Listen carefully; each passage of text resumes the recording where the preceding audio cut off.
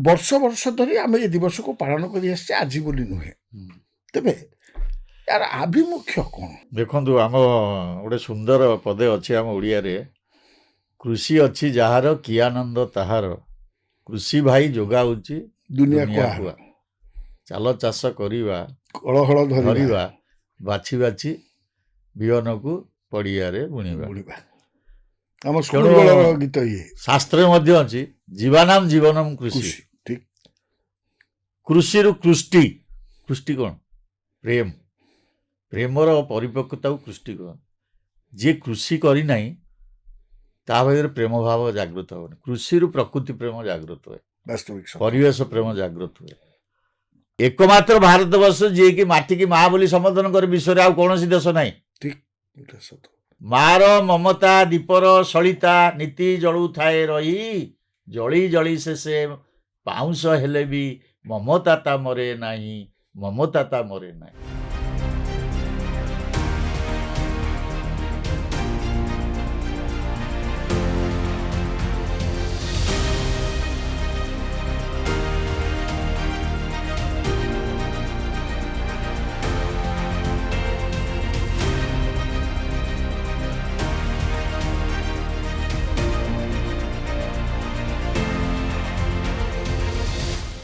नमस्कार श्रोता दर्शक बंधु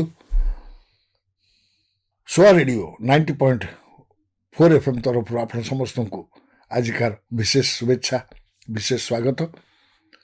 आम राज्य आम प्रदेश पे आम गर्वित तेबे आमर अहरह चेष्टा रही सुस्थ मूर्तिका केमिति आम करवा परिवेश को केमिति सफा रखा एवं यही जो आमर तत्परता रही आमर जो प्रयास रही से आमर सहयोगी होउचंती हिंदुस्तान उर्वरक रसायन लिमिटेड यही कंपनी द्वारा प्रायोजित पीएम प्रणाम कार्यक्रम को विशेष भाव में आपन को स्वागत। आज यही संस्करण पुणी थे उत्सर्गित से परिवेश से माटी से माँ पाई जेपर्यंत माटी को आम सुस्थ न करि पारिचे जेपर्यंत माटी की आम सजाड़ी न पारिचे से पर्यंत उन्नत कृषि असंभव एथिरे कौनसी दुरुक्ति नहीं।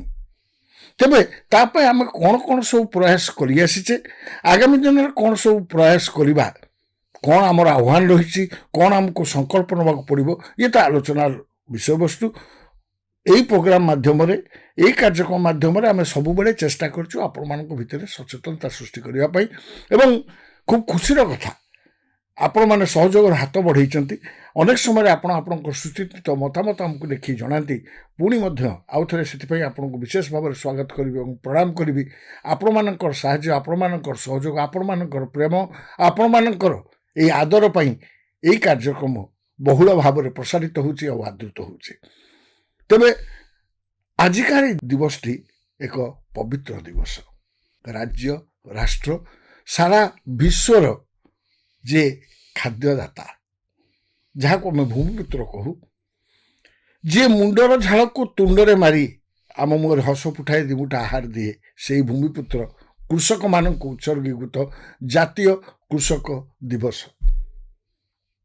यही गणमाध्यम माध्यम अगणित कृषक भाई भौणी को मु मोर नमन जनइबी प्रणाम जनइबी एवं आजिकार यह कार्यक्रम को पुणी थे स्वागत करी आशा करी आजिकार यह कार्यक्रम नियारा हम आउ मोर चाषी भाई भौणी मानकर काम लगे।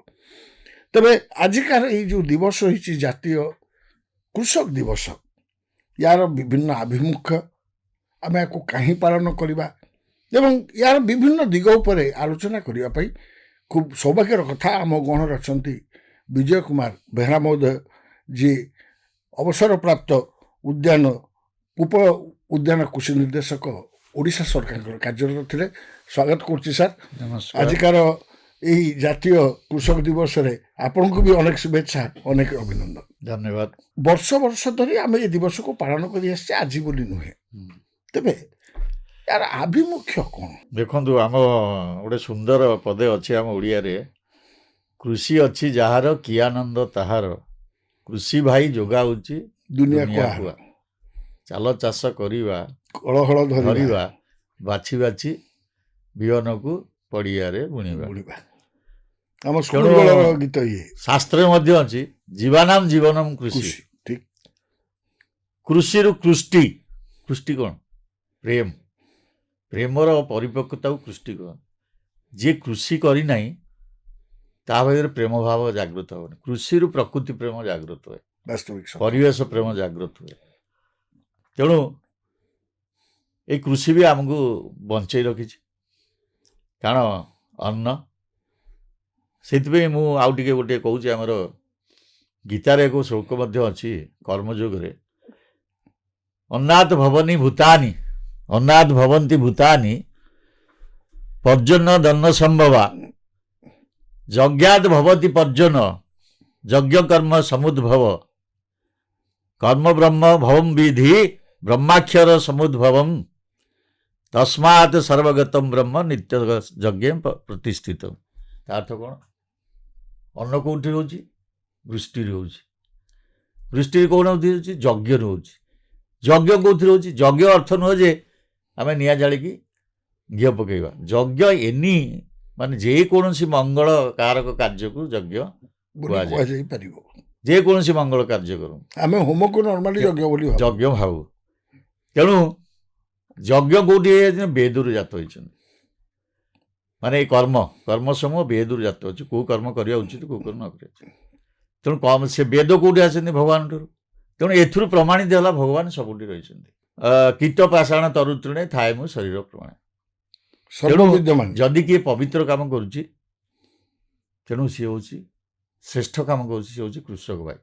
ତେଣୁ ଆଜି ପବିତ୍ର ଦିବସରେ ମୁଁ ସମସ୍ତ କୃଷକ ଭାଇମାନଙ୍କୁ ମୋର ବିନମ୍ର ପ୍ରଣାମ ଜଣାଉଛି ଯେ ହେ ପ୍ରଭୁ, ଆପଣଙ୍କର ସମସ୍ତ ମଙ୍ଗଳକାରକ କାର୍ଯ୍ୟ ମଙ୍ଗଳ ସୂଚକ ହେଉ। ଏବଂ ଆମେ ତାକୁ ସାଧୁବାଦ ଦେବା, ତାଙ୍କ ଯୋଗୁଁ ସାରା ସଭ୍ୟତା ଟେକି ରହିଛି, ଆମକୁ ଦିମୁଠା ଆହାର। ଆମର ଯେଉଁ ଦିବସଟା ରହିଲା, ଆମେ ଯେଉଁ ବର୍ତ୍ତମାନ ପରିପ୍ରେକ୍ଷୀରେ, ଆପଣ ତ ବେଦ ଉପନିଷଦ ବା ଗୀତାରୁ କହିଲେ, ଆଧୁନିକ ପ୍ରଣାଳୀରେ ଆମେ ଚାଷ କରୁଛେ। ଆଜିକା ତାରିଖରେ ବା ଆଜିକାର ଯେଉଁ ସମୟରେ ଆମେ ପହଞ୍ଚିଛେ ଘଡ଼ିସନ୍ଧି ମୁହୂର୍ତ୍ତରେ, 75 ବର୍ଷ ତଳେ କୃଷକର ଅବସ୍ଥା ଯାହା ଥିଲା ବର୍ତ୍ତମାନ ସମ୍ପୂର୍ଣ୍ଣ ବଦଳି ଯାଇଛି। ଠିକ ସେତେବେଳେ ପାରମ୍ପରିକ ଚାଷ ଥିଲା, କୃଷି ଥିଲା। ବର୍ତ୍ତମାନ ବୈଜ୍ଞାନିକ ପ୍ରଣାଳୀ ଚାଷ, ଅଧିକା ଉତ୍ପାଦନ କରିବା, ତାଙ୍କର ମୂଲ୍ୟ ବୃଦ୍ଧି କରିବା, ତାର ପ୍ରକ୍ରିୟାକରଣ କରିବା, ଯାହାଦ୍ୱାରା କୃଷକ ଯାହା ପାଉଥିଲା ତାର 10 ଗୁଣା ପାଇବ।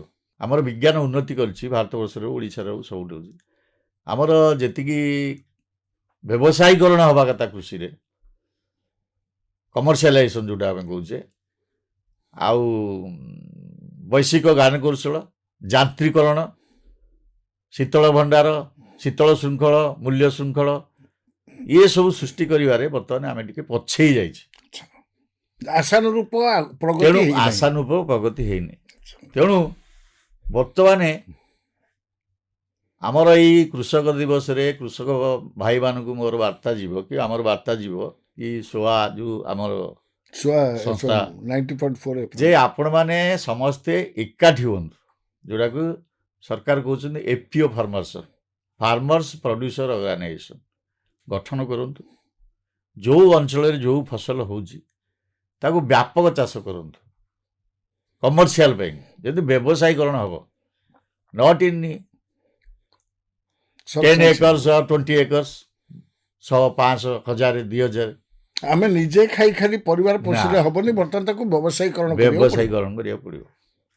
ତେଣୁ ଯଦି ବ୍ୟାପକ ମାତ୍ରାରେ ଆମେ କୌଣସି ଏରିଆରେ ସେ ପନିପରିବା ହେଉ, କି ସେ ଫଳ ଜାତୀୟ ହେଉ, କି ସେ ଡାଲି ଜାତୀୟ ହେଉ, କି ତୈଳ ଜାତୀୟ ହେଉ, ଯଦି ବ୍ୟାପକ ପରିମାଣରେ ଆମେ ତାକୁ ଚାଷ କରିବା ଏବଂ ତାର ପ୍ରକ୍ରିୟାକରଣ, ତାର ମୂଲ୍ୟ ବୃଦ୍ଧି, ଏସବୁ ଉପରେ ବ୍ୟବସ୍ଥା ଦେବା, ତାହେଲେ ଆମର ଅଧିକରୁ ଅଧିକ ଲାଭ ହେବ। କିନ୍ତୁ ସେଇ ସଚେତନତାଟା ବର୍ତ୍ତମାନ ଆମର ଅଧିକାଂଶ କୃଷକ ଭାଇଙ୍କ ଭିତରେ ପ୍ରବେଶ କରିନାହିଁ। ଆପଣ ଯଦି ସଂକ୍ଷିପ୍ତରେ କହିବେ, ପାରମ୍ପରିକ କୃଷିକୁ ଛାଡ଼ି ବଜାର ଭିତ୍ତିକ କୃଷି କରିବାକୁ ପଡ଼ିବ ଏବଂ ଅତ୍ୟାଧୁନିକ ଜ୍ଞାନକୌଶଳକୁ ତା ଦେହରେ ବିନିଯୋଗ କରିବାକୁ ପଡ଼ିବ। ତାହେଲେ କ'ଣ ହେବ? କୃଷକର ଉନ୍ନତି ହେବ, ତା ଆର୍ଥିକ ବିକାଶ ହେବ ନିଶ୍ଚିତ। ଆମର ବର୍ତ୍ତମାନ ଭାରତବର୍ଷ ରାଜ୍ୟ 60ରୁ 70% ଲୋକ କୃଷି ଉପରେ ନିର୍ଭର କରୁଛନ୍ତି, କିନ୍ତୁ ସେଇ ତୁଳନାରେ ତାଙ୍କର ଆମଦାନୀ ନାହିଁ, ରୋଜଗାର ନାହିଁ। ରୋଜଗାର ଅଛି କି? ଶିଳ୍ପ କଳକାରଖାନା ଯେମିତି ଶିଳ୍ପପତି ମାନେ ଯେଉଁ ପରିମାଣରେ ସେମାନେ ଧନୀ ହେଉଛନ୍ତି, ଆମର କୃଷକ ବି ସେମିତି ଧନୀ ହେବା ଦରକାର। କିନ୍ତୁ କେମିତି ହେବ? ତାକୁ ଶିଳ୍ପ ସ୍ତରକୁ ନେଲେ ତ।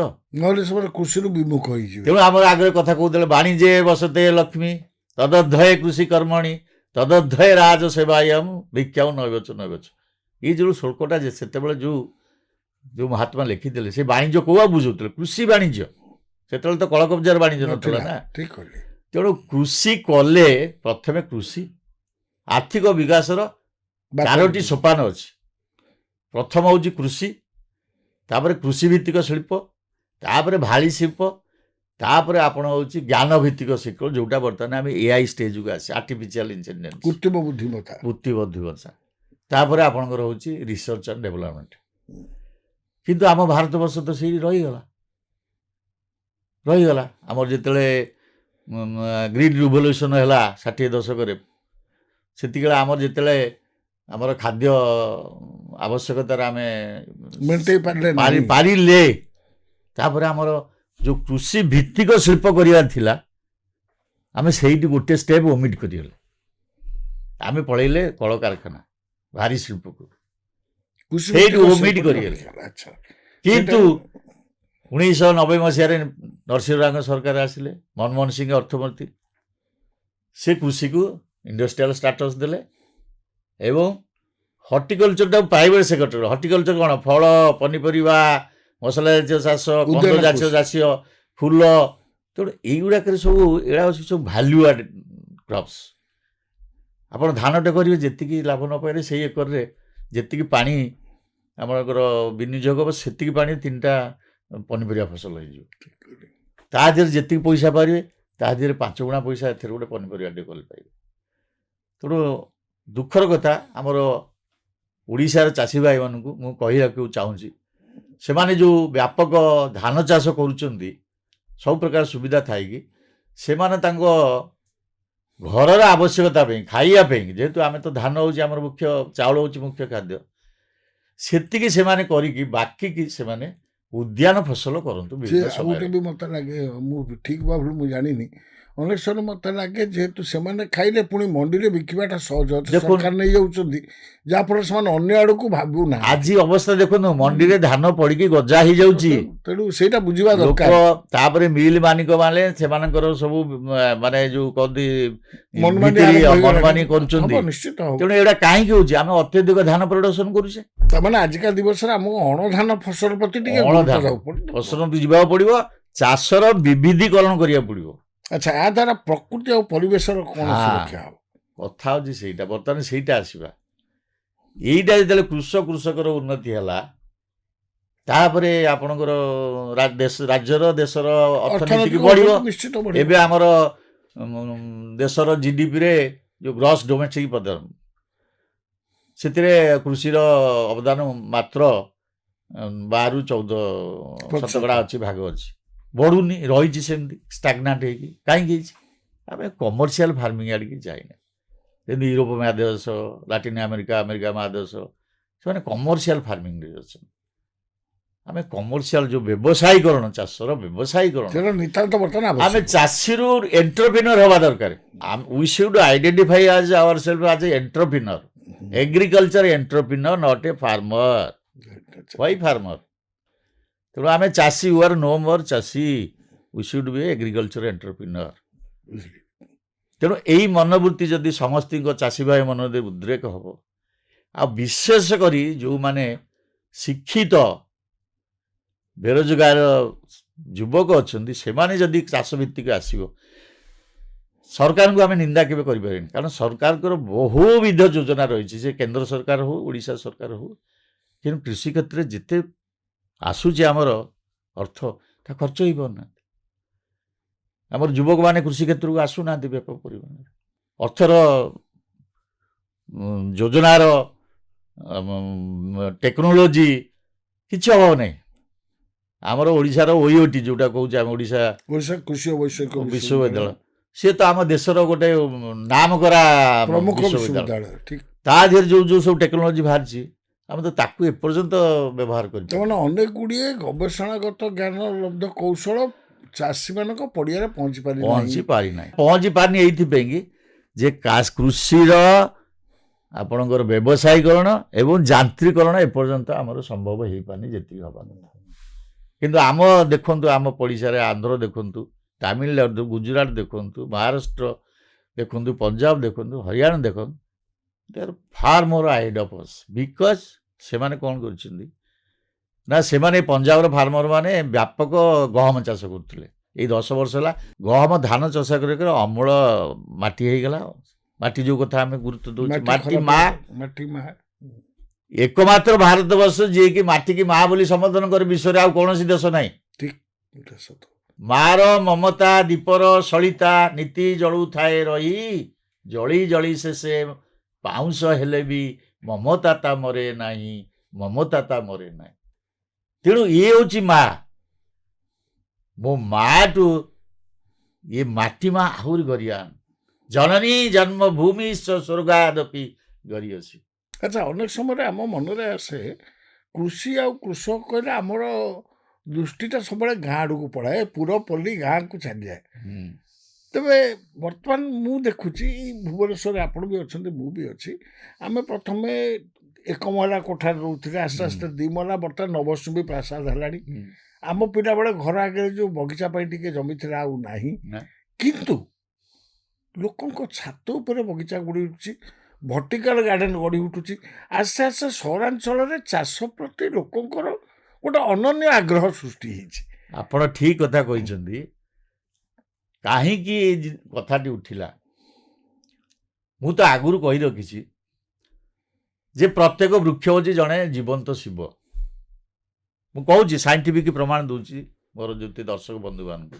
ଯେତେବେଳେ ସମୁଦ୍ର ମନ୍ଥନ ହେଲା, ସେତେବେଳେ ବିଷ ବାହାରିଲା, ଅମୃତ ବାହାରିଲା, ଆଉ ତ ବହୁତ ବାହାରିଲା, ଅରାବତ ହସି, ତାପରେ ଲକ୍ଷ୍ମୀ ବାହାରିଲେ, ପାରିଜାତ ପୁଷ୍ପ ଛାଡ଼ନ୍ତୁ, ସମସ୍ତେ ଅମୃତ ବି ବାଡ଼େଇ ବାଡ଼େଇ ହେଲେ। ବିଷ ଯେତେବେଳେ ବାହାରିଲା, ହଳାହଳ ବିଷ, ସେ ପୃଥିବୀ ଧ୍ୱଂସ କରିବ, ତାକୁ ଶିବ ପାନ କଲେ, ତାଙ୍କ ନାଁ ହେଲା ନୀଳକଣ୍ଠ। ମୁଁ ପ୍ରତି ସ୍କୁଲରେ ଯେତେବେଳେ ଆମର ବିଶ୍ୱ ପରିବେଶ ଦିବସରେ ମୁଁ ଯାଏ, ପିଲାମାନଙ୍କୁ ସେଇ କଥା କହେ। ଚାଷୀ ଭାଇମାନେ ମଧ୍ୟ କହୁଛି ଯେ ପ୍ରତ୍ୟେକ ଗଛ ଅଙ୍ଗାରକାମ୍ଳ ରୂପୀ ବିଷକୁ ସିଏ ଖାଏ, ଅମ୍ଳଜାନ ରୂପୀ ଅମୃତ ଆମକୁ ଦିଏ। ତାହେଲେ ପ୍ରତ୍ୟେକ ଗଛ ଜଣେ ଶିବ ନା ନାହିଁ। ଯଦି ଆପଣ କାର୍ବନ ଫୁଟପ୍ରିଣ୍ଟଟାକୁ କମେଇବା ପାଇଁ ବର୍ତ୍ତମାନ ଯେମିତି ସହରୀକରଣ ବୃଦ୍ଧି କରି ଚାଲିଛି, ଜଙ୍ଗଲ କଟା ଚାଲିଛି, ଲୋକର ସଂଖ୍ୟା ସହରରେ ଗାଁରୁ ଆସିକି ଘନୀଭୂତ ହେଇଯାଉଛନ୍ତି, ତାକୁ ଦୃଷ୍ଟିରେ ରଖି ଆମର ଯେତିକି ଜାଗା ଅଛି ସେତିକିରେ କିଛି ତଳ ଯଦି ହେବ ବଡ଼ ଗଛ କିଛି ଲଗେଇବା, ଫଳ ଗଛ ଉପରେ ଆମେ ବିଭିନ୍ନ ଚାଷ କରିପାରିବା। ଟେକ୍ନୋଲୋଜି ବାହାରିଲାଣି, ସେଇ ଟେକ୍ନୋଲୋଜି ଜରିଆରେ ଆମେ ଛାତ ଉପରେ ବଗିଚା କରିପାରିବା। ପୁଣି ସେ ସମ୍ପୂର୍ଣ୍ଣ ହେଉଛି ଅର୍ଗାନିକ୍, ମାନେ ଜୈବିକ। ସେଥିରେ ରାସାୟନିକ ସାର ବହୁତ କମ୍ ଦିଆଯିବ, କିନ୍ତୁ ରାସାୟନିକ ଔଷଧ ଆଦୌ ଦିଆଯିବ ନାହିଁ। ତାଦ୍ୱାରା କ'ଣ କରିବା, ଆମର ଉଦ୍ଦେଶ୍ୟ ହେଉଛି ଆମ ଘରେ ଯେତିକି ଲୋକ ଅଛନ୍ତି, ଆମେ ତ ଅଙ୍ଗାରକାମ୍ଳ ଛାଡ଼ୁଛି, ଅଙ୍ଗାରକାମ୍ଳ ଗ୍ୟାସ ତ ବାୟୁମଣ୍ଡଳକୁ ଇଏ କରୁଛି ନା, ପ୍ରଦୂଷିତ କରୁଛି, ତାପରେ ବାୟୁମଣ୍ଡଳର ଉଷ୍ମତାକୁ ବଢ଼ଉଛି, ଯେଉଁଥିପାଇଁ କି ଆପଣଙ୍କର ମେରୁରେ ବରଫ ତରଳିଲାଣି, ଅମୁକ ହେଲାଣି। ତେଣୁ ପୃଥିବୀର ଲକ୍ଷ୍ୟ ଅଛି ଆମର 2 ଡିଗ୍ରୀ ଭିତରେ ରଖିବା, 1.5 ଡିଗ୍ରୀ ଭିତରେ ଟେମ୍ପରେଚର। ଦେଶ ପରେ ଦେଶ, କୋଉ ଦେଶ ଅଧିକା ଅଙ୍ଗାରକାମ୍ଳ ଉତ୍ପନ୍ନ କରୁଛି ତାକୁ ଦରକାର ପଡ଼ିଲେ ବାଚନ୍ଦ କରିବା ବା ତାକୁ କହନ୍ତି କାର୍ବନ ଫ୍ରୁଟ୍ ପ୍ରିଣ୍ଟ କହୁଛନ୍ତି ଆମର ସାଇଣ୍ଟିଷ୍ଟ ମାନେ, କାର୍ବନ ଫ୍ରୁଟ୍ ପ୍ରିଣ୍ଟ। ତେଣୁ କାର୍ବନ ଫ୍ରୁଟ୍ ପ୍ରିଣ୍ଟ ହେଉଛି କୋଉ ଦେଶରେ କେତେ ଅଧିକା ଅମ୍ଳଜାନ ହେଉଛି, ଯେତିକି ହବାଠୁ କେତିକି ହେଉଛି। ତେଣୁ ଆମେ ଚିନ୍ତା କରିଦେଲେ ଚାଷ କଲେ ଖାଲି ଗାଁ ଗହଳରେ ଚାଷୀ କରିବେ ନା, ୱି ଆର୍ ଅର୍ବାନ୍ ଫାର୍ମର୍ସ। ତେଣୁ ଆମେ ଛାତ ଉପରେ କରିବା, ତାଦ୍ୱାରା କ'ଣ ସୌନ୍ଦର୍ଯ୍ୟ ବୃଦ୍ଧି ହେଲା, ମାନସିକ ଶାନ୍ତି ମିଳିଲା, ତାପରେ ଘରର କୁଲିଂ ହେଲା। ଆପଣ ଯଦି ଛାତ ଉପରେ ବଗିଚା କରିଛନ୍ତି, ଖରା ଦିନେ ଆପଣ ଏସି ଯଦି ଆପଣଙ୍କ ଫୁଲ୍ ଭଲ୍ୟୁମ୍ରେ ଦେଇବାକୁ ପଡ଼ୁଛି, ତାହେଲେ ଛାତ ବଗିଚା କଲେ ଆପଣ କମିଯିବ, ତାହେଲେ ଆପଣଙ୍କର ପାୱାର କନଜମ୍ପସନ୍ ବି କମିଯିବ। ତେବେ ଆମେ ସବୁ ପ୍ରକାର ଫସଲ ପ୍ରାୟ ଛାତ ଉପରେ କରିପାରିବା। ଯେ ତାର ସବୁ କ'ଣ ଯତ୍ନ ନେବାକୁ ପଡ଼ିବ, ବିଶେଷ କିଛି ସେମିତି ଯତ୍ନ ନେବାକୁ ପଡ଼ିବ? ବିଶେଷ ଯତ୍ନ ଅଛି। ପ୍ରଥମେ ଯେଉଁ ଛାତ ଉପରେ ଆମେ ବଗିଚା କରିବା, ପ୍ରଥମେ ହେଉଛି ସେଇ ଯେଉଁ ଛାତକୁ ଆମେ ନିର୍ଣ୍ଣୟ କରିବା, ଯେଉଁ ଜାଗାରେ କରିବା ଅତି କମରେ ସେଠି 5ରୁ 6 ଘଣ୍ଟା ଖରା ପଡ଼ୁଥିବ, ନିହାତି ଦରକାର ଦିନ ଯାକରେ। ଦ୍ୱିତୀୟ କଥା ହେଇଥିଲା ତା ଛାତଟିକୁ ଆମର ଏମିତି କରିଥିବା ଯଦି ବା କିଛି ପାଣି ପଡ଼େ ସେ ଗଡ଼ି ଯାଉଥିବ, କିନ୍ତୁ ପାଣି ପଡ଼ିବ ନାହିଁ। ମୁଁ ଦର୍ଶକ ଭାଇମାନଙ୍କୁ କହି ରଖୁଛି, ଆପଣ ଛାତ ବାଡ଼ର କଡ଼େ କଡ଼େ ଯଦି ଆପଣ ବକ୍ସ କରିବେ, କଂକ୍ରିଟ ବକ୍ସ ଗୁଡ଼ା କରିବେ, ଧରନ୍ତୁ ଆପଣ 2 ଫୁଟ ଓସାର 1.5 ଫୁଟ ଗଭୀର କରିବେ କଂକ୍ରିଟ ବକ୍ସ, ସେ ବକ୍ସର ପ୍ରତି 8 ଫୁଟରେ ଆପଣ ଗୋଟେ ଗୋଟେ ହୋଲ୍ ରଖିବେ, କଣା ରଖିବେ। ସେ ହୋଲ୍କୁ ତଳପଟେ ସବୁ ଇଣ୍ଟର କନେକ୍ଟ କରିଦେବେ। ଇଣ୍ଟର କନେକ୍ଟ କରି ଲାଷ୍ଟ ଯେଉଁ ତାର ଏକ୍ଜିଟ୍ ପଏଣ୍ଟଟା ଯେଉଁଠି ଆପଣଙ୍କ ଛାତର ପାଣି ଯିବାକୁ ଥିବେ ସେଇଠି ପଡ଼ିଲା। ଛାତ ଯେତେବେଳେ ଆପଣ ସେ ବକ୍ସକୁ ଫିଲ୍ଅପ୍ କରିବେ, ଆପଣ ମନେ ରଖନ୍ତୁ ଆପଣ ଯାଇତାଇ ମାଟି ଦେଲେ ହେବନି, ଆଚ୍ଛା ବାଲିଆ ଦୋରସା ମାଟି ଆଣିବାକୁ ପଡ଼ିବ। ଯେତିକି ମାଟି ତାର ଅଧା ସଡ଼ା ଗୋବର ଖତ, ତାପରେ ଲିମ୍ବ ପିଡ଼ିଆ, ଷ୍ଟେରାମିଲ୍, ଆଉ ଆପଣଙ୍କ ଦରକାର ପଡ଼ିଲେ ଆପଣଙ୍କର ଯେଉଁ କରତ କଳର ଗୁଣ୍ଡ, ଏସବୁ ମିକ୍ସଚର କରିବାକୁ ପଡ଼ିବ, ସଏଲ୍ ମିକ୍ସଚର। ଏଇଠି ମୁଁ ଟିକେ ଦର୍ଶକମାନଙ୍କୁ ଏବଂ ଶ୍ରୋତାବନ୍ଧୁମାନଙ୍କୁ କହିବା ପାଇଁ ଚାହେଁ, ପ୍ରକୃତି ଆମକୁ ମାଟି ଦେଇଛି, ଆମେ ତାର ସୁରକ୍ଷା କରି ଫସଲ କରୁଛେ, କିନ୍ତୁ ଏଠୁ ଯେତେବେଳେ ଆମେ ପ୍ରକୃତିରୁ ମାଟିକୁ ଆଣିକିରି ଗମଲା ଭିତରେ ରଖିବା, ସ୍ୱତନ୍ତ୍ର ଭାବରେ ପ୍ରସ୍ତୁତ କରିବାକୁ ପଡ଼ିବ। କାହିଁକି ଆମେ ତ ବାରମ୍ବାର ମାଟି ପରିବର୍ତ୍ତନ କରିବାନି, ଥରେ ମାଟି ଭରିଲେ ମିନିମମ୍ 5 ବର୍ଷ ଯିବ। ତେଣୁ ତାକୁ ଯଦି ଅତି ସବଳ କରିକି ନ ତିଆରି କରିବା, ଆମେ ସୃଷ୍ଟି ନ କରିବା, ତାହେଲେ ଗଛ ତାର ପୋଷଣ ପାଇବ କେମିତି? ତାପରେ ମାଟି ଭରିବା ପୂର୍ବରୁ ପ୍ରଥମେ ସେ ହୋଲ ଉପରେ ଗୋଟେ ଗୋଟେ ସରା ରଖିବାକୁ ପଡ଼ିବ। ତାପରେ ଭଙ୍ଗା ଇଟା 2 ଇଞ୍ଚ ଖଣ୍ଡେ ଭାଙ୍ଗିକି ଦେବାକୁ ପଡ଼ିବ। ତାପରେ ଯେଉଁ ବଗଡ଼ା ବାଲି ସେ ଗୋଟେ ଲେୟାର ଦେବାକୁ ପଡ଼ିବ। ତାପରେ ଏ ମାଟିକି ଭରିବା, ଭରିଲେ ଯେଉଁ ପାଣିଟା ଯିବ ସେ କଲେକ୍ଟ ହେଇକି ଯେଉଁ ତଳ ପାଇପ୍ରେ ଯାଇକି ଏକ୍ଜିଟ୍ ପଏଣ୍ଟରେ ଗଲା, ଛାତ ବି ପାଣି ପଡ଼ିବନି। ତାପରେ ଚାହିଁଲେ ମଧ୍ୟ ଆମେ ଜିଆଇ ପାଇପ୍ର ଉପରେ ଇଏ କରିକି ଆମେ ସେଡନେଟ୍ ବ୍ୟବସ୍ଥା କରିପାରିବା। ଆଚ୍ଛା ଖରାଦିନେ ବର୍ତ୍ତମାନ ଯେମିତି ଖରାଦିନେ ଖରା ହେଉଛି 45 ଡିଗ୍ରୀ 40 ଡିଗ୍ରୀ, ସେଇଟା ସ୍କ୍ରିନ୍ ସିଷ୍ଟମ୍ ଥିଲା, ଭିଡ଼ି ଦେଲେ ସେ ବନ୍ଦ ହେଇଯାଉଥିବ, ପୁଣି ଖୋଲି ଯାଉଥିବ। ସ୍ପ୍ରିଙ୍କଲର ଡିପର ମଧ୍ୟ ଲଗେଇ ପାରିବା ଜଳସେଚନ ପାଇଁ। ତେଣୁ ଟେକ୍ନୋଲୋଜି ବାହାରିଲାଣି। ଆଚ୍ଛା, ୟା ପାଇଁ କିଛି ବିଶେଷ କିସମ ଦରକାର କି? ଯେମିତି ଫସଲରେ ଆମର ମଜିଆଡ଼ି କିସମ, ପନିପରିବାର ନାଇଁ, ସେ ଦୃଷ୍ଟିରୁ ଦେଖିଲେ ଏମିତି ଛାତ ଉପରେ ବଗିଚା ପାଇଁ ସେମିତି ସ୍ୱତନ୍ତ୍ର କିସମ ନାହିଁ। କିନ୍ତୁ ଆମେ ଯେହେତୁ ଗୋଟେ ସୀମିତ ଅଞ୍ଚଳରେ କରୁଛେ, ମୋ ମତରେ ମୁଁ ଚାଷୀ ଭାଇମାନଙ୍କୁ କହିବି, ଯେଉଁମାନେ ଉନ୍ନତ ନାମଜାଦା କମ୍ପାନୀମାନଙ୍କର ଯେଉଁଗୁଡ଼ା ହାଇବ୍ରିଡ଼ ବିହନ ଅଛି ସେଇଗୁଡ଼ାକୁ କରିବେ। କାରଣ ହାଇବ୍ରିଡ଼ ବିହନର ଅମଳ ହେଉଛି ସାଧାରଣ ବିହନ ଅମଳ ଅପେକ୍ଷା 5 ଗୁଣ। ତେଣୁ ସେଇଟାକୁ ସିଏ କରିବେ, ମାଟି ପ୍ରସ୍ତୁତି ଭଲ ଭାବରେ କରିବେ। ତାପରେ ଆପଣଙ୍କର ଯେଉଁ କହନ୍ତି ସମନ୍ୱିତ ରୋଗ ପୋକ କୀଟ ପରିଚାଳନା କରିବେ, ସେଇଟା ଉପରେ ମଧ୍ୟ ଦୃଷ୍ଟି ଦେବେ। ମାନେ ମାଟି ପ୍ରସ୍ତୁତିରୁ ଫସଲ ଅମଳ ପର୍ଯ୍ୟନ୍ତ ଜୈବିକ ଖାଦ୍ୟ, ଜୈବିକ ଔଷଧ, ଜୈବିକ ସାର ମଧ୍ୟ ମିଳିଲାଣି। ଜୈବିକ ଔଷଧ ଆମର ଗୋଟେ ଟ୍ରାଇକୋଡର୍ମା ଭିରିଡ଼ି ଅଛି, ତାକୁ ଯଦି ଆମେ ଖତରେ ମିଶେଇକିରି 24 ଘଣ୍ଟା ରଖିବା, ତାକୁ ସେଇ କୁଣ୍ଡ ହେଉ କି ଗାଙ୍ଗଲା ହେଉ କି ସେଥିରେ ଦେଇଦେବା, ସେ ମାଟିରେ ମିଶାଇଦେବା, ତା ଦେହରେ ସେ ଜୀବାଣୁ ବୃଦ୍ଧି ହେଇକି ଯେତେ ଅପକାରୀ ଜୀବାଣୁକୁ ମାରିଦେବେ। ତାପରେ ଆପଣଙ୍କର ବାହାରିଲାଣି ଆଜୋଟୋବାକ୍ଟର, ଆଜୋସ୍ପିରିଲମ୍, ସେ ଯଦି ଜୀବାଣୁ କଲଚର ଆଣିକି ମାଟିରେ ଆମେ ଦେବା, ସେଇ ଖତରେ ମିଶାଇକି, ସେ ବାୟୁମଣ୍ଡଳରୁ ଅମ୍ଳଜାନ ନାଇଟ୍ରୋଜେନ୍ ଗ୍ରହଣ କରି ଖାଦ୍ୟ କରିକି ଦେଇଦେବେ। ଫସ୍ଫୋବ୍ୟାକ୍ଟର ବ୍ୟାକ୍ଟେରିଆ ବାହାରିଲା। ତେଣୁ ବିଭିନ୍ନ ପ୍ରକାର ଜୈବିକ ସାର, ଜୈବିକ ଔଷଧ ଆମର ବୁଲିଲାଣି ବଜାରରେ। ତେଣୁ ଆମର ଆବଶ୍ୟକତା ନାହିଁ ଜୈବିକ ଚାଷ କରିବା ପାଇଁ ଆଉ ବିଶେଷ ପ୍ରତିହତ ଆମ ପାଖରେ ନାହିଁ। ହଁ, ଯେହେତୁ ଆମେ ବର୍ତ୍ତମାନ କ୍ଷେତ୍ର ଉପରେ ବା ଫିଲ୍ଡ କଣ୍ଡିସନରେ ଜୈବିକ ଚାଷ କରିବା, ବର୍ତ୍ତମାନ ପରିସ୍ଥିତିରେ ଟିକେ ଆମକୁ ବହୁତ ପ୍ରକାର ଅସୁବିଧାର ସମ୍ମୁଖୀନ ହେବାକୁ ପଡ଼ିବ। ସେଇ ଜିନିଷଟାକୁ ଆମେ ନିଜ ଛାତ ଉପରେ ଆରାମସେ କରିଦେଇପାରିବା। ଆଚ୍ଛା, ସଂକ୍ଷିପ୍ତରେ ମୁଁ ପଚାରିବି, ତାମାନେ ଆମେ ବଗିଚା ଫସଲର ଯତ୍ନ କେମିତି ନେବା? ନାଇଁ, ଯତ୍ନ ହେଉଛି ଆମେ ଯେମିତି ଶିଶୁଟାକୁ ଜନ୍ମ ହେଲେ ଜନ୍ମ ହେଲେ କ'ଣ, ମା ଗର୍ଭରେ ରହିଲାଠୁ ଆମେ ତାର ଯତ୍ନ ଆରମ୍ଭ କରିଦେଉଛେ। ତେଣୁ ଏଇ ଯେଉଁ ଜୈବିକ ଚାଷରେ ଯେହେତୁ ଆମେ ରାସାୟନିକ ସାର, ରାସାୟନିକ ଔଷଧ ଦେଉନାହିଁ, ତେଣୁ ଆମେ ପ୍ରତି ଅବସ୍ଥାରେ ମାଟି ପ୍ରସ୍ତୁତିଠୁ ସେ ଗଛ ଫଳିକି ଫଳ ଅମଳ ଯାଏଁକେ ପ୍ରତି ଅବସ୍ଥାରେ ଆମେ ତାର ଯତ୍ନ ନେବା, ଜୈବିକ ସାର ଦେବା, ଜୈବିକ ଔଷଧ ସିଞ୍ଚନ କରିବା।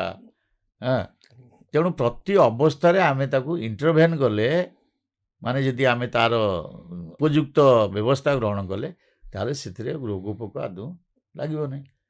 ରୋଗ ନହେଲେ ଆମେ ଉତ୍କଟ ରାସାୟନିକ ଔଷଧ କାହିଁ ପକାଇବାର ଆବଶ୍ୟକତା ପଡ଼ିବନି।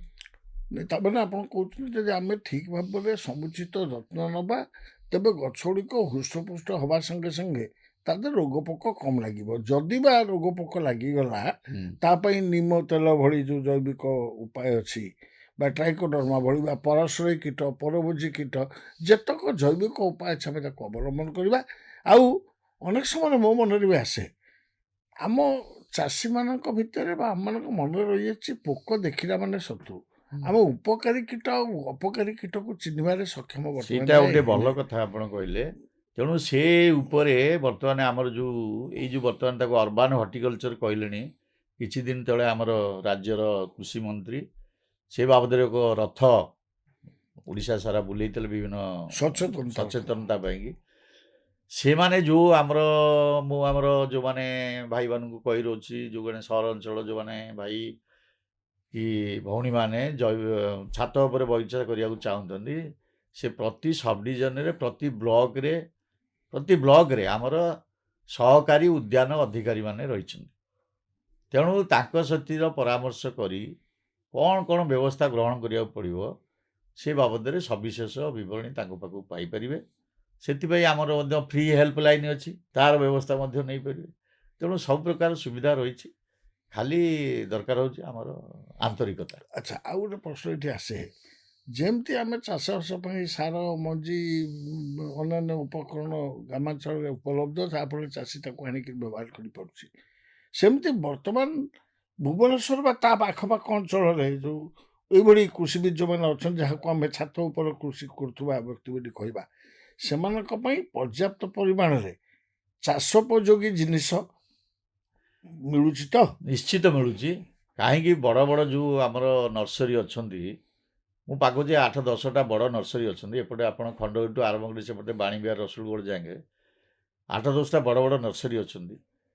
ସେମାନେ ଜୈବିକ ସାର, ଜୈବିକ ଖତ, ଜୈବିକ ଔଷଧ ସବୁ ଯୋଗାଉଛନ୍ତି। ତେଣୁ କିଛି ଅସୁବିଧା ନାହିଁ। ତାମାନେ ଆମେ ଆଗାମୀ ଦିନରେ ଯଦି ସହରାଞ୍ଚଳରେ ଯେଉଁମାନେ ଛାତ ଉପରେ ତାଙ୍କ ପାଇଁ ବହୁତ ସୁବିଧା ଅଛି ସହରରେ, ରାଦର ଗ୍ରାମାଞ୍ଚଳ ଲୋକମାନଙ୍କରେ ନାହିଁ, କିନ୍ତୁ ଏଠି ଅଛି ସବୁ, ସେ ଅସୁବିଧା ନାହିଁ। ନା, ଆମେ ତାକୁ ଆଗାମୀ ଦିନରେ ବ୍ୟାପକ କରିପାରିବା। ପ୍ରଚାର ପାଇଁକି ସେଥିପାଇଁ ଯଦି ଆମେ ମୁଁ ଯେତେବେଳେ ଉଦ୍ୟାନ ଆମର ଯେଉଁ ପ୍ରଶିକ୍ଷଣ କେନ୍ଦ୍ର ଅଛି ଶିରିପୁରରେ, ମୁଁ ରହିଥିଲି ସେଠି 12-14। ମୁଁ ଭୁବନେଶ୍ୱର ପ୍ରଥମ କରିକି କିଚେନ୍ ଗାର୍ଡ଼େନ୍ ସୋସାଇଟି ଗୋଟେ ଗଠନ କରିଥିଲି, 40-50 ମହିଳାକୁ ନେଇକି, ପାକଶାଳା ବଗିଚା ସମିତି। ତେଣୁ ସେଇଟା ତା'ର ବ୍ୟାପକ ପ୍ରଚାର ପ୍ରସାର ହେଇଥିଲା। ଆମେ ପ୍ରତିବର୍ଷ ଅଗଷ୍ଟ ମାସର ଶେଷ ରବିବାରକୁ world kitchen day, garden day କରୁ। ସେଥିରେ ଯେଉଁ ଲୋକମାନେ ଛାତ ଉପରେ ବଗିଚା କରିଥାନ୍ତି ତାଙ୍କର ସବୁ ସ୍ପେସିମେନ୍ ନେଇକି ଆସନ୍ତି, କୁଣ୍ଡରେ କିଏ ଫଳ ଲଗେଇଛି, ଫୁଲ ଲଗେଇଛି ନେଇକି ଆସନ୍ତି। ତାପରେ ବକ୍ତୃତା ପ୍ରତିଯୋଗିତା ହୁଏ, ଟ୍ରେନିଂ ଦିଆଯାଏ। ଏଇଠି ଟିକେ ଆପଣଙ୍କୁ ଅଟକେଇବି। ବର୍ତ୍ତମାନ ତ ମାଟିଟା ଫୋଲ୍ଡ ହେଇଯାଇକି ଛାତକୁ ପଳେଇ ଆସିଛି, ପାକଶାଳାଟା ଛାତ ଉପରେ ବଗିଚା ହେଇଛି। ଯେମିତି ଆମର କୃଷକର ସୁରକ୍ଷା ପାଇଁ ବା ତାଙ୍କ ସାହାଯ୍ୟ ପାଇଁ ସରକାରୀ ପ୍ରୋତ୍ସାହନ ବ୍ୟବସ୍ଥା ଗ୍ରାମାଞ୍ଚଳରେ ବା ଅନ୍ୟାଞ୍ଚଳରେ ରହିଛି, ବର୍ତ୍ତମାନ ସେମିତି କିଛି ନୀତି କଲେଣି କି ସରକାର? ଯେଉଁ ଏବେ ଅର୍ବାନ୍ ହର୍ଟିକଲଚର ଏଇ ବର୍ଷ ଆରମ୍ଭ କରିଛନ୍ତି, କିନ୍ତୁ ବିଗତ ଦିନରେ ଆମର 4-5 ବର୍ଷ ତଳେ ରାଷ୍ଟ୍ରୀୟ କୃଷି ବିକାଶ ଯୋଜନା RKVY, ସେହି ସମୟରେ ଗୋଟିଏ ଥର ଆମର ଭୁବନେଶ୍ୱରରେ କିଟ୍ ଦିଆହେଇଥିଲା। ଗୋଟେ ସ୍ପ୍ରେୟାର, ଗୋଟେ ସିକ୍ୱେଚର, ଗୋଟେ ବଡ଼ିଂ ନାଇଫ୍, ଆଉ ରାସାୟନିକ ସାର, ଔଷଧ, କିଛି ମଞ୍ଜି, ଏମିତି ଗୋଟେ କିଟ୍ ଦିଆହେଇଥିଲା 1000 ଟଙ୍କାର। ତେଣୁ ଏଇ ବର୍ଷ ଯେତେବେଳେ ସରକାର ଘୋଷଣା କରିଛନ୍ତି ଯେ ଆମେ ଅର୍ବାନ୍ ହର୍ଟିକଲଚର କରିବୁ ଆଉ ସହରାଞ୍ଚଳ କୃଷି, ତେଣୁ ନିଶ୍ଚିତ କିଛି ବ୍ୟବସ୍ଥା କରିବେ। ଆମେ ତେଣୁ ସେଥିପାଇଁ ଅପେକ୍ଷା କରିବାକୁ ପଡ଼ିବ କ'ଣ ଘୋଷଣା କରୁଛନ୍ତି ଆମ ରାଜ୍ୟ ସରକାର, କିନ୍ତୁ ନିଶ୍ଚିତ କିଛି ସେମାନେ ସାହାଯ୍ୟ ଦେବେ। ବୋଲି ମୋର ଆଶା ଆଉ ବିଶ୍ୱାସ ରହିଛି। ହଁ ମୋତେ ବି ଲାଗୁଛି, ମୋ ମନକୁ ଆସୁଛି, ଦେଖନ୍ତୁ ବର୍ତ୍ତମାନ ଯେଉଁ ନୂଆ ଘର ଗୁଡ଼ା ଆମେ ତିଆରି କରୁଛେ, ଯେମିତି ଜଳ ନିଷ୍କାସନ ବ୍ୟବସ୍ଥା କରୁଛେ ଛାତ ଉପର ଜଳ, ଠିକ୍ ସେମିତି ଆମର ଯେଉଁ ବର୍ଜ୍ୟ ଜଳ ଧୁଆ ପାଣି ଯେଉଁଟାକି ନଷ୍ଟ ହେଉନାହିଁ, ବଗିଚାରେ ରଖି ବ୍ୟବହାର କରିହେବ, ତାର ରିସାଇକ୍ଲିଂ ଯଦି ଆମେ ସେଇ ବିଲ୍ଡିଂ ଭିତରେ କରିପାରିବା ବଗିଚା କରିବା ପାଇଁ। ଆଉ ଗୋଟେ ବଡ଼ ଜିନିଷ ମୋ ମନରେ ଆସେ, ଖୋଲା ମାଟି ଆଉ ବିଶେଷ ରଖିବା କଥା ନୁହଁ, ଯଦି ସେତିକି ଆବଶ୍ୟକତା ନାହିଁ ତାକୁ ଅନ୍ତତଃ ଘାସରେ ଆଚ୍ଛାଦ କରିଦେବା ଉଚିତ, କାହିଁକିନା ନାଇଁ, ସେଇ ମୂର୍ତ୍ତିକା କ୍ଷୟ ବାବଦରେ ଘଟୁଛି। ମୁଁ ଟିକେ ଦ୍ୱିମତ ହେବି। କାରଣ ଅନ୍ୟାନ୍ୟ ସହରମାନଙ୍କରେ କର୍ଣ୍ଣାଟକ ତାମିଲନାଡ଼ୁ କି ଆମର ସେମାନଙ୍କର ଗୋଟେ କମ୍ପଲସରି ଅଛି, ଆପଣ ଯଦି ପ୍ଲାନିଂ ତୁମ ଆପ୍ରୁଭ୍ କରିବା ପୂର୍ବରୁ ଆପଣ ବଡ଼ ଗଛ ଆଗରେ ଦୁଇଟା ପଛରେ ଦୁଇଟା ରଖିବେ। ତେଣୁ ମୋ ମତରେ ମୁଁ ତ କହିବି ମିନିମମ୍ 2ଟି ଗଛ, ବଡ଼ ଗଛ, ସେ ଆମ୍ବ ହଉ ନଡ଼ିଆ ହଉ ଯାହା ହଉ, ତାକୁ ରଖିବାକୁ ପଡ଼ିବ ତଳେ। ନା ନା, ଆପଣ ଖୋଲା ମାଟି ରଖିଲେ ଉଡ଼ି ଯାଉଛି, ବର୍ଷାରେ ନଷ୍ଟ ହେଉଛି, ତାକୁ ଯଦି ଆମେ ଖୋଲା ମାଟିଟାକୁ ନାଇଁ, ଯୋଉଠି ଆଚ୍ଛାଦିକରଣ କରିଦେବା, ଇଏ ଲଗେଇଲା ପରେ ଯଦି ବଳିଗଲା ଜାଗା ସେଠି ଆମେ ଲନ୍ କରିଦେବା, ଆଚ୍ଛାଦିକରଣ କରିଦେବାଟା ଲନ୍ ଉଚିତ ହେବ। କରିଦେବା। ହଁ। ତେବେ ଆପଣଙ୍କର ବର୍ତ୍ତମାନ ଆମେ ଦେଖୁଛେ ଯେ ଆଉ ଯୋଉଟା ଜଳ କହିଲେ, ଏବେ ତ ଆମର ବର୍ତ୍ତମାନ ଯେଉଁ ୱାଟର ହାର୍ଭେଷ୍ଟିଂ କହୁଛନ୍ତି, ସହରମାନଙ୍କରେ ଜଳ ଅମଳ ପ୍ରକଳ୍ପ ଯିଏ ନ କରିବ ତାର ପ୍ଲାନ୍ ଆପ୍ରୁଭାଲ୍ ହେବନି। ହେବନି। ସେ ଜଳ ଅମଳ ପ୍ରକଳ୍ପ ହେଉଛି କ'ଣ, ଆମର ଜଳସ୍ତର ଆସ୍ତେ ଆସ୍ତେ କମିଯାଉଛି। ତେଣୁ ଜଳ ଯଦି ଆମେ ରିଚାର୍ଜ କରିବା ସେଇ ପ୍ରକଳ୍ପ ଦ୍ୱାରା, ଆମ ଜଳସ୍ତର ଠିକ୍ ଭାବରେ ଉଠିକି ରହିବ। ତାପରେ ଘରୁ ଆମର ଯେଉଁ ବର୍ଜ୍ୟ ଜଳ ବାହାରୁଛି ଗାଧୋଇଲା ବେଳେ, ଧୁଆଧୁଇ ବେଳେ, ଅମୁକ ସମୁକ, ସେ ଜଳକୁ ଯଦି ଆମେ ନେଇ ଗୋଟେ ଟାଙ୍କିରେ କଲେକ୍ସନ୍ କଲେ, ସେଇଟା ବି ଆମ ଗଛ ବୃକ୍ଷରେ ମଧ୍ୟ ସେଇଟା ମୁଁ ଲାଗିପାରିବ। କହୁଛି, ତାକୁ ତାକୁ ଟ୍ରିଟମେଣ୍ଟ କରିଦେଲେ ତାକୁ ଗଛ ବୃକ୍ଷରେ ଆମ ଲାଗିଲା। ତେଣୁ ଏଇ ଯେଉଁ ଇନପୁଟ୍ ଗୁଡ଼ା ଆଗାମୀ ଦିନରେ ବହୁତ ମହାର୍ଘ ହେଇଯିବ। ଜଳ ସେ ଗୋଟେ ସଙ୍କଟ ଆସିଯିବ ବୋଧେ 5-10 ବର୍ଷ ବେଳେ। ତେଣୁ ଏବେଠୁ ଆମକୁ ସଚେତନ ହେବାକୁ ପଡ଼ିବ। ଆଉ ଏବେ ନୂଆ ଯେଉଁମାନେ ଛାତ ଉପରେ ବଗିଚା କରିବାକୁ ଚାହୁଁଛନ୍ତି, ସେମାନେ ଘର ତିଆରି ବେଳଠୁ ସେମାନେ ସେଇ ଅନୁସାରେ ଡିଜାଇନ୍ କି କରିବାର ଅଛି, ଯେମିତି ଛାତରେ ପାଣି ଲିକ୍ ନ କରିବ। ବକ୍ସ ଆଗରୁ କରିଦେଇଥିବେ, ପରେ ଭାଙ୍ଗିକି କରିବାକୁ ପଡ଼ୁଥିବ। ଯଦି ବକ୍ସ ଚାରିପଟେ କରିବେ, ଏବେ ନଡ଼ିଆ ଗଛ ବି ଫଳେଇ ହେବ। ଆମର ଯେଉଁ ଡ୍ୱାର୍ଫ ନଡ଼ିଆ ଗଛ ଅଛି, 3 ବର୍ଷରେ ଫଳୁଛି, ସେ ଗୋଟେ ଯଦି କୁଣ୍ଡ କରିଦେଲେ 3 ଫୁଟ 3 ଫୁଟ 3 ଫୁଟ କି 4 ଫୁଟ 4 ଫୁଟ 4 ଫୁଟରେ ତା ପିଲାର ଉପରେ ରଖିଦେଲେ, ଲୋଡ଼ଟା ପିଲାର ଉପରେ ରହିଲା, ତା ଦେହରେ ବି ନଡ଼ିଆ ଫଳିବ, ଛାତ ଉପରେ ନଡ଼ିଆ ଫଳିବ। ତେବେ ଆଜି ତ ଆମର ସମୟ ହେଇ ଆସିଲାଣି। ଆଶା କରୁଛି ଆଜିକାର ଏଇ ଆଲୋଚନା ନିଶ୍ଚିତ ଭାବରେ ଆପଣମାନଙ୍କ ପାଇଁ ଉପାଦେୟ ହେଇଥିବ। ଏଇଠି ମୁଁ ଆମର ସହରାଞ୍ଚଳର ଯେଉଁ ବାସିନ୍ଦାମାନେ ଅଛନ୍ତି ତାଙ୍କୁ ଏଇ ଜାତୀୟ କୃଷକ ଦିବସ ଅବସରରେ ବଧେଇ ଜଣାଇବା ସାଙ୍ଗେ ସାଙ୍ଗେ ଆହ୍ୱାନ ଦେବି ଯେ ସେମାନେ ଛାତ ଉପର ବଗିଚା ପାଇଁ ଆହୁରି ଅଧିକା ଆଗ୍ରହ ସୃଷ୍ଟି କରନ୍ତୁ, ଆଲୋଡ଼ନ ସୃଷ୍ଟି କରନ୍ତୁ, ଜାଗରଣ ଆଉ ଜାଗୃତି ସୃଷ୍ଟି କରନ୍ତୁ। ଏବଂ ଯେଉଁମାନେ ଆଗାମୀ ଦିନରେ ଘର ତିଆରି କରିବା ପାଇଁ ଚାହୁଁଛନ୍ତି, ଯେମିତି ଆମର ଅତିଥି କହିଲେ, ସେମାନେ ଛାତ ଉପର ବଗିଚା ପାଇଁ ପ୍ରାବଧାନ ମୂଳରୁ କରିଦେଇଥିଲେ ଆହୁରି ଭଲ, ବର୍ଜ୍ୟବସ୍ତୁ ପରିଚାଳନାର ବ୍ୟବସ୍ଥା କରିଥିଲେ ଆହୁରି ଭଲ। ଆମ ଘରମାନଙ୍କରେ ଯେଉଁ ପ୍ରାକୃତିକ ଜିନିଷ ନଷ୍ଟ ହେଉଛି ତାକୁ ଯଦି ଆମେ ଖତରେ ପରିଣତ କରି ଆମ ବଗିଚାରେ ଲଗେଇ ପାରିବା, ସେ ବି ଆହୁରି ଉନ୍ନତ କାମ। ଆଲୋଚନା ତ କରିହେବ ଅନେକ ସମୟ ଧରି, ଦିଗ ତ ଭିନ୍ନ ଭିନ୍ନ ରହିଛି। ତେବେ ଆଜି ଆମର এই ଆଲୋଚନାରେ ଗୋଟାଏ ନୂତନ ଦିଗନ୍ତ ଆମେ ଆରମ୍ଭ କରିଲେ ଏବଂ ନୂତନ ଆହ୍ୱାନ ଦେଲେ ଯେ ସହରାଞ୍ଚଳକୁ ମଧ୍ୟ ପ୍ରଦୂଷଣ ମୁକ୍ତ କରିବା ପାଇଁ ସହରାଞ୍ଚଳରେ ଛାତ ଉପର ବଗିଚାର ଏକ ବିଶେଷ ଭୂମିକା ରହିଛି। ପୁଷ୍ଟି ଏବଂ ଖାଦ୍ୟ ସୁରକ୍ଷାରେ ମଧ୍ୟ ତାର ଯୋଗଦାନ ଅନ୍ୟତମ। ତୃତୀୟତଃ ଗୋଟେ ଅବସର ବିନୋଦନ ପାଇଁ, ମନର ଆନନ୍ଦ ପାଇଁ, ପ୍ରକୃତିର ବିକାଶ ପାଇଁ ତଥା ନିଜ ପରିବାରର ଶାନ୍ତି ପାଇଁ ଇଏ ବି ଗୋଟେ ବଡ଼ ଆହ୍ୱାନ ଯେ ଆସନ୍ତୁ ଆମେ ସମସ୍ତେ ହାତ ମିଳେଇବା। ଆଜିକାର ଏଇ ଆଲୋଚନା ପାଇଁ ବିଶେଷ ଭାବରେ ମୁଁ ସାଧୁବାଦ ଦେବି ବିଜୟ ସାର୍ଙ୍କୁ। ଅନେକ ଉପାଦେୟ କଥା କହିଲେ ଏବଂ ସାଧୁବାଦ ଦେବି ଆମର ହିନ୍ଦୁସ୍ତାନ ଉର୍ବରକ ରସାୟନ ଲିମିଟେଡ଼କୁ, ଯିଏକି ଆମକୁ ସୁଯୋଗ ଦେଇଛି PM ପ୍ରଣାମ ଏଇ ସୁସ୍ଥ ମୂର୍ତ୍ତିକା ସୋପାନ ମାଧ୍ୟମରେ ଏହି ସଂସ୍କରଣ ଆପଣଙ୍କ ପାଖରେ ପହଞ୍ଚିବା ପାଇଁ। ଏବଂ ସାଧୁବାଦ ଦେବି ଆପଣ ସମସ୍ତଙ୍କୁ ଧୈର୍ଯ୍ୟ ସହିତ ଆମର ଆଲୋଚନା ଶୁଣିବା ପାଇଁ। ତେବେ ଖାଲି ଆଲୋଚନା ଶୁଣିଲେ ହେବନି ଦର୍ଶକ ବନ୍ଧୁ, ଶ୍ରୋତା ବନ୍ଧୁ, ଆପଣମାନଙ୍କୁ ଅନୁରୋଧ, କ'ଣ ଶୁଣିଲେ, କ'ଣ ବୁଝିଲେ, ଆଉ କ'ଣ ଶୁଣିବା ପାଇଁ ଚାହୁଁଛନ୍ତି, ଆଉ କ'ଣ ବୁଝିବା ପାଇଁ ଚାହୁଁଛନ୍ତି, ଆପଣଙ୍କ ସୁଚିନ୍ତିତ ମତାମତ ଆମକୁ ବାରମ୍ବାର ଲେଖି ଜଣାନ୍ତୁ। ଆମେ ଚେଷ୍ଟା କରିବୁ ଆଗାମୀ ଦିନର ଆମର କାର୍ଯ୍ୟକ୍ରମ ଖସଡ଼ାରେ ଆପଣଙ୍କର ମତାମତକୁ ଭିତ୍ତି କରି ଯୋଜନା କରିବା ପାଇଁ। ତେବେ ଆପଣଙ୍କ ସାହଚର୍ଯ୍ୟ ପାଇଁ ଆପଣଙ୍କ ସ୍ନେହ ପାଇଁ ଏବଂ ଆପଣମାନଙ୍କର ପ୍ରେମ ପାଇଁ ଅନେକ ଅନେକ ସାଧୁବାଦ। ନମସ୍କାର, ଜୟ ଜଗନ୍ନାଥ। ନମସ୍କାର, ଜୟ ଜଗନ୍ନାଥ। ଆପଣ ଶୁଣୁଛନ୍ତି 90.4 ସୋଆ ରେଡିଓ।